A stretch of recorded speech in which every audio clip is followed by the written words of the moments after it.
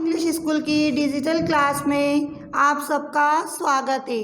कक्षा 5 विषय हिंदी पाठ 11 अपनी कमाई। यह पाठ एक कहानी के रूप में बताया गया है। इसमें श्रम के महत्व के बारे में बताया गया है कि हमें मेहनत करना चाहिए और अपने से बड़ों की कमाई को हमें बर्बाद नहीं करना चाहिए। उसी पर ये पाठ बताया गया है। प्रातःकाल धनी पिता ने अपने अमीर और आराम तलब बेटे को बुलाया और कहा, जाकर कुछ कमा ला, नहीं तो रात को भोजन नहीं मिलेगा। इसमें एक धनी पिता होता है, वो उसका एक बेटा होता है, लेकिन वो बेटा क्या होता है, आराम तलब होता है। वो कोई काम नहीं करता है और हमेशा आराम करता रहता है। तो पिता ने अपने बेटे को सबक सिखाने के लिए उससे कहा कि जाकर तुम कुछ कमा कर लाओ, नहीं तो तुम्हें रात को भोजन नहीं मिलेगा। लड़का बेपरवाह और दुर्बल था। उसे परिश्रम करने का अभ्यास न था। वह सीधा अपनी माँ के पास गया और रोने लगा।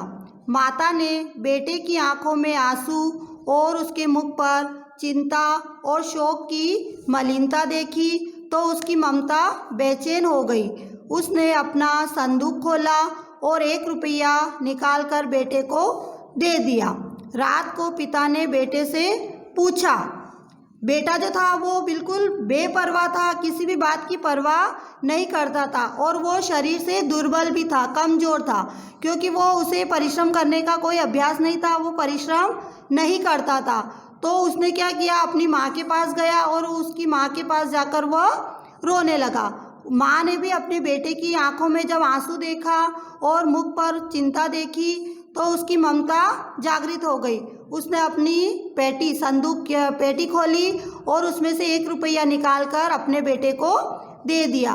रात को जब पिता घर आया तो उसने अपने बेटे से पूछा, आज तुमने क्या कमाया? लड़के ने जेब से 1 रुपया निकालकर पिता के सामने रख दिया। पिता ने कहा, इसे कुएं में फेंका। लड़के ने तत्परता के साथ पिताजी की आज्ञा का पालन किया। अनुभवी पिता सब कुछ समझ गया। दूसरे दिन उसने स्त्री को मैके भेज दिया।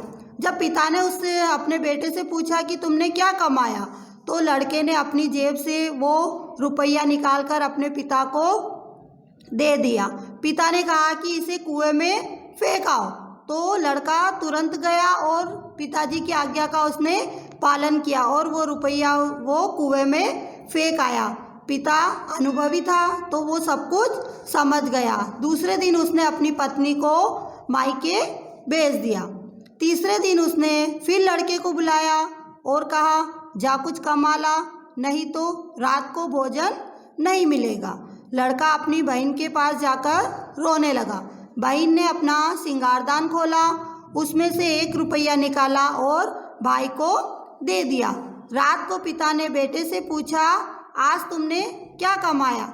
जब तीसरा दिन हुआ, उसकी पत्नी को उसने मायके भेज दिया और तीसरे दिन अपने बेटे को फिर बुलाया और फिर कहा कि जाओ फिर कुछ कमा कर लाओ, नहीं तो रात को भोजन नहीं मिलेगा। अब लड़के की जो बहन थी वो उसके पास जाकर फिर रोने लगा। बहन ने भी अपना सिंगारदान खोला और उसमें से 1 रुपया निकालकर अपने भाई को दे दिया। रात को जब पिता वापस आया तो अपने बेटे से पूछा कि आज तुमने क्या कमाया?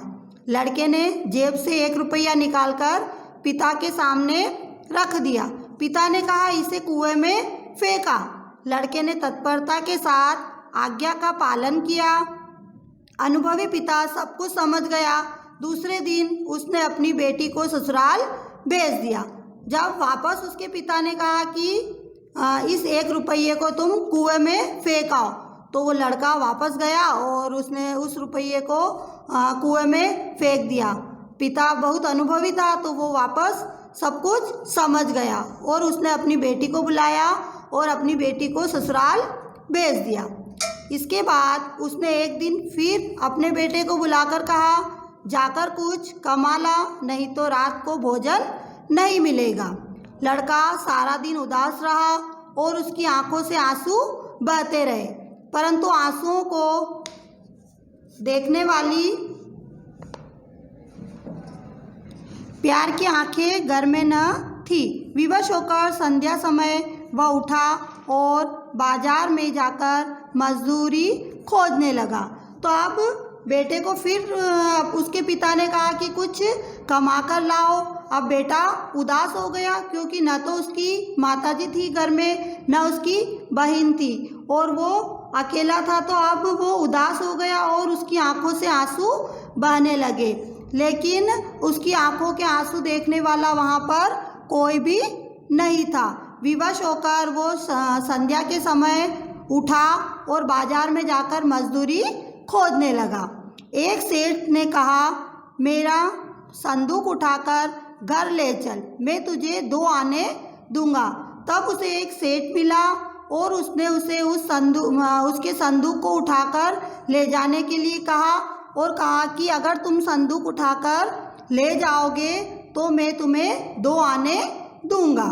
धनी पिता के बेटे ने संदूक उठाया और उसे सेठ के घर पहुंचाया, लेकिन उसकी सारी देह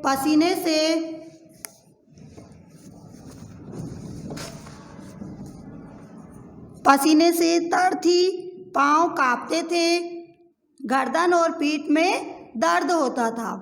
रात को पिता ने बेटे से पूछा, आज तुमने क्या कमाया? लड़के ने जेब से 2 अन्नी निकालकर पिता के सामने रख दी। पिता ने कहा, इसे कुएं में फेंका। लड़के की आंखों से क्रोध की ज्वाला निकलने लगी। बोला, मेरी गर्दन टूट गई और आप कहते हैं कुएं में फेंका। अनुभवी पिता सब कुछ समझ गया। दूसरे दिन उसने अपना कारोबार बेटे के सुपुर्द कर दिया। इस प्रकार जब बेटे को काम मिला तो उसने जब संदूक उठाया तो उसके पसीने में वो बिल्कुल तर हो गया था, उसके पांव भी कांप रहे थे, उसकी गर्दन और पीठ में बहुत ही दर्द हो रहा था। और जब रात को वो अपने पिता के पास आया और पिता ने बेटे से पूछा कि क्या कमाकर लाए हो, तो लड़के ने अपनी जेब से 2 अन्नी निकाली और पिता के सामने रख दी। फिर पिता ने उससे कहा कि इसे कुएं में फेंकाओ।